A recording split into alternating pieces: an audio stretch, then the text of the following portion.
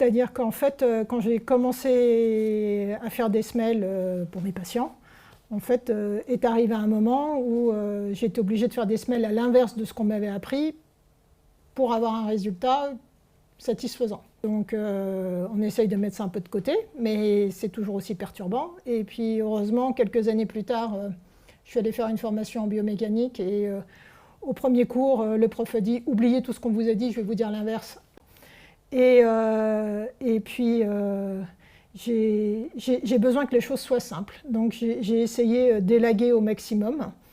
Et ensuite, je ne comprenais pas l'idée qui était que si je vous faisais des semelles, il fallait que vous reveniez régulièrement les changer.